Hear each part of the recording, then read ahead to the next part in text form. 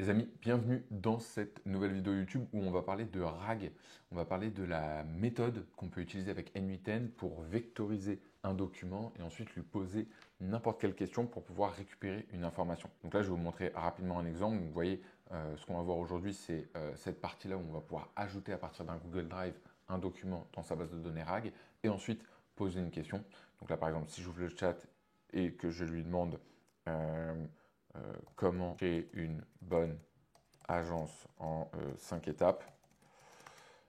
Hop, vous allez voir, il va interroger ma base de données, il va récupérer l'information et il va ensuite me renvoyer l'information. Sachant que le PDF que je lui ai donné, c'est évidemment un playbook sur comment créer une bonne agence. Et là, vous voyez ici, il a récupéré uniquement les informations du playbook que je lui ai donné pour me faire la réponse. Et vous pouvez l'utiliser donc pour tous vos documents internes. Donc dans cette vidéo, on va voir comment est-ce qu'on connecte Supabase, comment est-ce qu'on connecte. Avant de commencer, je vous montre le tutoriel de cette vidéo qui sera disponible ici dans les ressources YouTube. Vous allez voir sur le lien en commentaire de cette vidéo vers cette communauté qui est pour l'instant gratuite. Et vous voyez ici, il y a des personnes en live.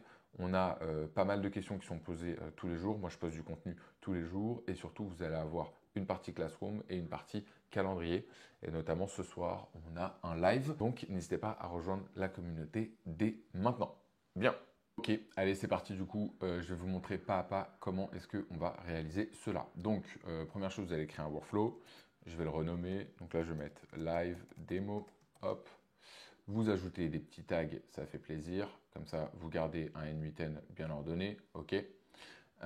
Première étape. Donc, ce qu'on va faire, c'est qu'on va créer un petit chat trigger. Voilà. Ça, c'est OK. Ensuite, on va connecter un agent IA. On va se prendre un petit modèle.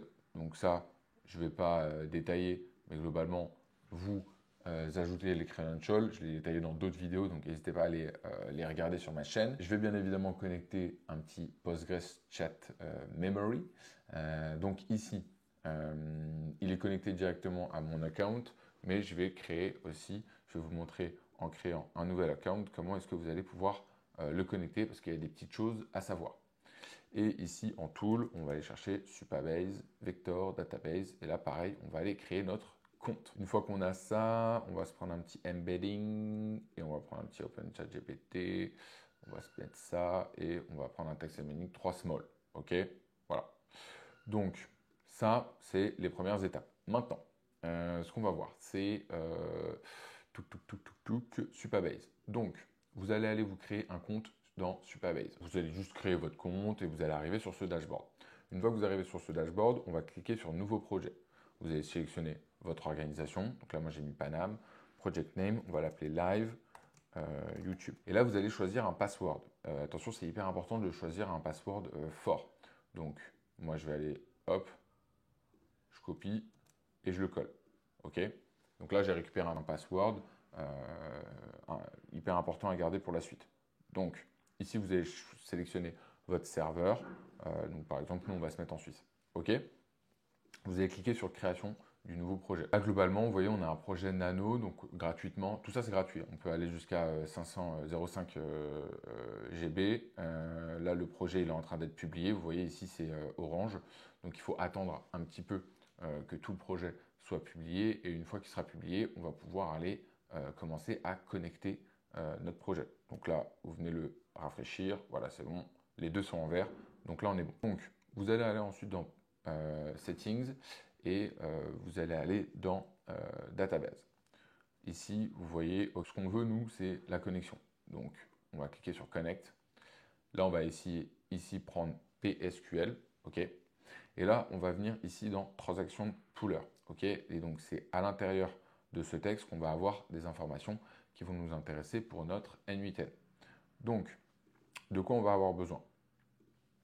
Hop, je vais faire Create New Credential. Je vais l'appeler Live YouTube. Donc, on a un host, database, user, tac, tac, tac, et port. Donc, toutes ces informations-là, elles vont être présentes dans ce que je viens de vous montrer. Donc, vous retournez dans la database, et là, vous allez ici. Donc là, host, c'est après le H, on va récupérer ça jusqu'au .com. OK? Et vous retournez là-dedans, et donc là, tac, vous mettez ça.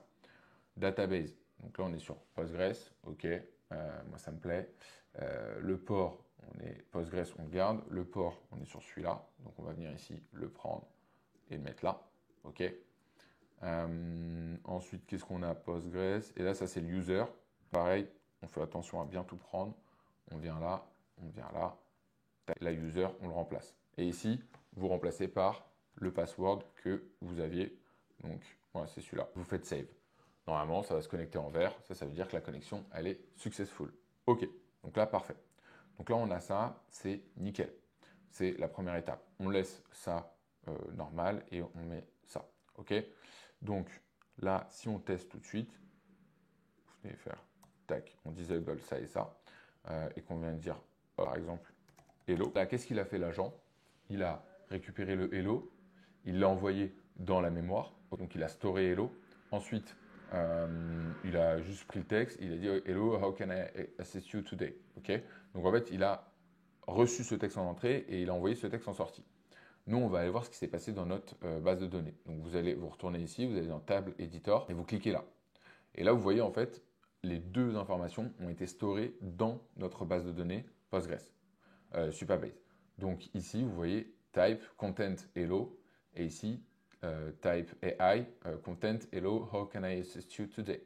Donc, ça veut dire que la connexion se fait bien. OK. Donc ça, on va dire, c'était la partie facile. Maintenant, on va faire la partie un peu plus complexe, c'est-à-dire connecter le Supabase. Donc, pour ça, on va, tac, dans un premier temps, les redésactiver. Le shortcut pour ça, c'est appuyer sur le petit D. OK, on va create new credential. Là, on va aller chercher un host et on va aller chercher notre service role secret. OK, donc du coup, pour ça, le host, ce qu'on va faire, c'est qu'on va aller chercher pareil dans notre Supabase. On va aller donc dans Project Settings. On va cliquer sur Data API et là, on va récupérer ça. OK, on récupère cette URL. On vient le coller à cet endroit-là. Vous voyez, on a bien un https://, donc on respecte bien la nomenclature. Et on va venir rechercher notre service role key. Vous voyez, secret. Ici, on fait reveal, copy, et on vient, pareil, le mettre à cet endroit-là. On fait save. Normalement, ça devient vert pour dire que c'est bon. Donc là, la connexion a bien été faite. OK. Maintenant, ce qu'on va devoir venir faire, c'est créer une database avec des documents. Donc pour ça, il y a un petit élément à faire. Vous allez donc cliquer ici. Vous allez cliquer dans... donc là, à chaque fois que vous cliquez ici, vous avez les documents qui vous expliquent exactement ce que je viens de vous expliquer. Hein. Donc là, créer Supabase account, host, serveur. Donc là, il vous dit project settings, API, etc., etc.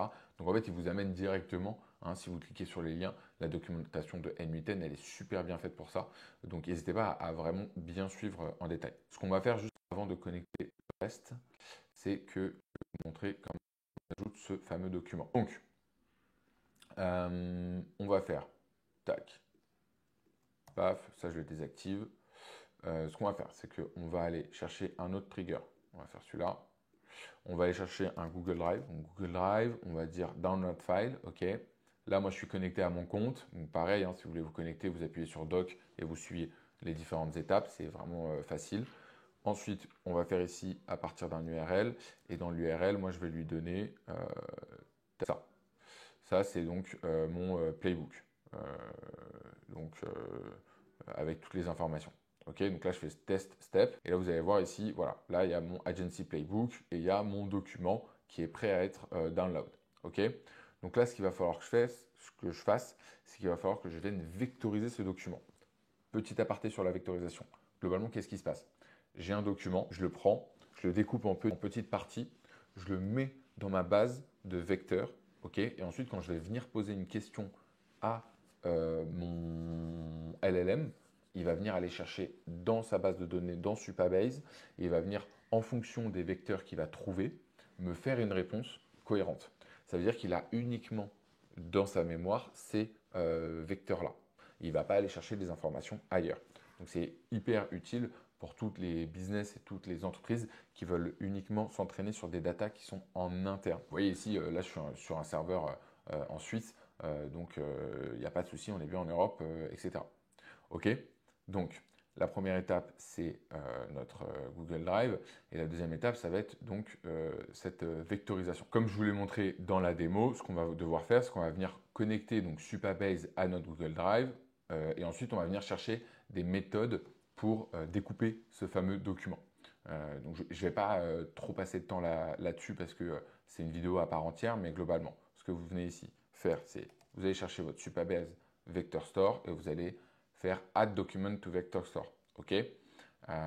Ici, donc vous connectez, vous reprenez hein, les identifiants que vous aviez. OK. Donc là, je vérifie que c'est bien les mêmes. Celui-là, j'ai pris lequel? OK, Account 2. C'est mieux de renommer hein, les identifiants que vous avez. Insert Document. Et là, vous allez venir chercher dans la liste. Vous voyez ici qu'on n'a que N8N Chat Histories. Qu'est-ce qui se passe ici? Il nous manque, donc ça c'est notre base de données des conversations qu'on a avec le chat, mais il me faut une base de données documents. Ok. Celle-là, il nous la manque. Donc comment est-ce qu'on va faire pour la créer? Vous allez cliquer sur Doc et vous allez voir ici Quick Start. Vous cliquez là-dessus, vous récupérez ce code, ok. Et comme est indiqué dans notre document N8N, vous allez devoir insérer ce code dans directement Supabase. Donc vous retournez dans votre Supabase et vous allez cliquer ici sur SQL Editor. Là, vous collez le code et vous appuyez sur Run. OK, vous attendez, là vous mettez, là il y a marqué Success, No Roads Return. Parfait. Vous retournez dans N8N et là vous allez juste, attendez, je vais save, tac, rafraîchir la page. Vous allez redouble-cliquer là-dessus et là vous allez voir, hop, Document. Donc là, vous cliquez sur Document. Donc là, ça insère Document, tac, tac, tac. OK, parfait. Ici, Embedding, on va juste venir chercher ça. Tac, je le connecte à OpenAI, je choisis ça. Très bien, ça me va. Je le décale, voilà, pour juste l'aspect visuel. Ici, on va venir chercher du coup notre défaut data loader. OK, donc on va prendre celui-là. Là, on va venir chercher binary. Là, on va faire ça. Automatically, ouais, ça c'est bon, ça me va. OK. Et text splitter, on va prendre recursive. Tac, tac, OK. Donc là, on est full setup. On va tester le workflow. Il récupère, il prend le doc, tac, tac, tac. Et là, c'est bon, il a réussi. Vous voyez, il m'a sorti 7 items. Donc on va aller voir à quoi ça correspond ces 7 items. Donc on retourne là-dedans, table editor, document. Et là, ça y est, il a vectorisé donc notre document. Donc vous voyez ici, il y a les différentes informations qu'il a récupérées. Donc Agency Playbook, quelles sont les problématiques ou limites des outils actuels, nomenclature, ok. Donc ça c'est quoi? C'est ajouter le lien musical dans le Airtable, organisation des ateliers, ok. Donc là c'est de la méthodologie en prod, ok, trop cool. Là j'ai des informations un petit peu, ok, de quelle ligne du document il a pris entre la 376, enfin entre la 318 et la 376, ok. Bien, tout ce schmilblick étant fait, on peut le désactiver parce qu'on a ajouté donc notre information dans notre document et ici on va pouvoir venir terminer de le paramétrer. Donc là sur database, là on va mettre par exemple comme nom, on va l'appeler agency tac playbook. Description on va dire you are an expert in agency, you need to provide informations from the document. Et donc là, table name, évidemment, on va venir chercher document. Tout ça, on laisse, OK. Et donc là, si je viens faire un petit save, un petit open chat, on va lui dire, je sais pas, par exemple, comment acquérir son premier client. On envoie. Là, vous voyez, il le met dans la mémoire, il interroge donc notre Supabase. Ensuite, il compile l'information qu'il a potentiellement récupérée et ici, il vient nous donner une réponse. Donc moi, qu'est-ce que j'ai mis? Création de contenu, interaction, réseautage, appel découverte, appel approfondissement, proposition commerciale, onboarding, phase de production, document de suivi. C'est exactement les étapes que j'ai dans mon document. Voilà les amis. Donc j'espère que cette vidéo vous a plu. Comme je vous ai dit, n'hésitez pas à la liker, à la partager, à vous abonner, faites tout ce que vous voulez. et rejoignez-nous sur la communauté School. Vous pouvez l'utiliser à bon escient. Ici, je vous ai mis dans la communauté, vous allez directement retrouver le file que vous allez pouvoir download et importer. Ici, si vous avez besoin de mettre en place un agent IA chez vous, n'hésitez pas à remplir ce formulaire et je vous ai remis ici le lien vers la communauté School. Allez, ça part.